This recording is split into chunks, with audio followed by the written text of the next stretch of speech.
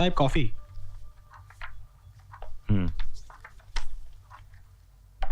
बरीच काळजी घेतोस माझी. घ्यायलाच हवी साहेब. तुमच्यामुळे आपल्या अंकाचं किती रंगरूप पालटलंय. रंग, छपाई, फोटो किती छान वाटतंय. मी काय फक्त फोटो सिलेक्ट करतोय. तुमचे प्रेस फोटोग्राफर्स ते छापून आणतात ना.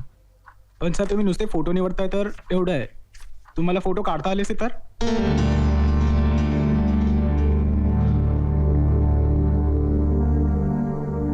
परवा तुमचा पहिला पगार विसरू नका मासनी. तुमचे घरचे पण किती खुश होतील ना.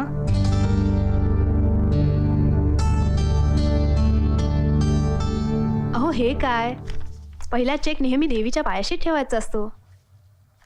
का? मी तिचं नाही तुझं देणं लागतो. माझी आजपर्यंतची देणी कोणी फेडली? तूच ना. अहो असं का बोलताय? काय बरोबरच बोलतोय मी? काय चुकीचं बोलतोय? 3 महिन्यात घर उभं करायचं आपल्याला.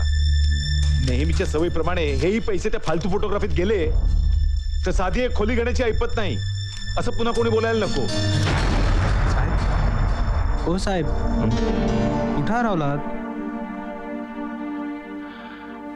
तोच विचार करत होतो.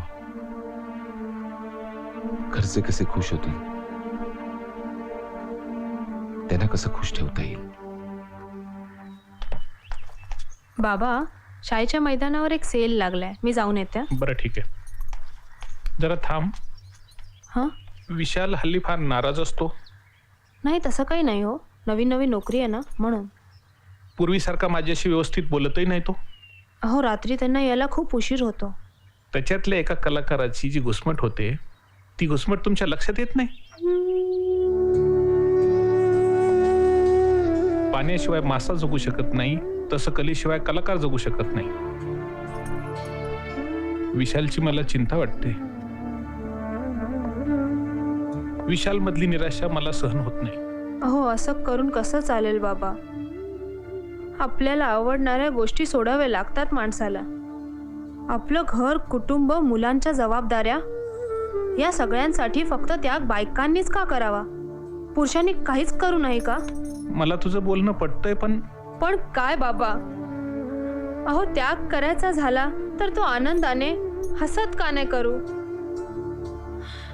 अहो जबाबदाऱ्या पार पाडून फावल्या वेळा जोपासावा तो छंद मी नाही म्हणत नाही हो बाबा, पण त्यासाठी पूर्ण कुटुंबाने का त्रास करून घ्यावा?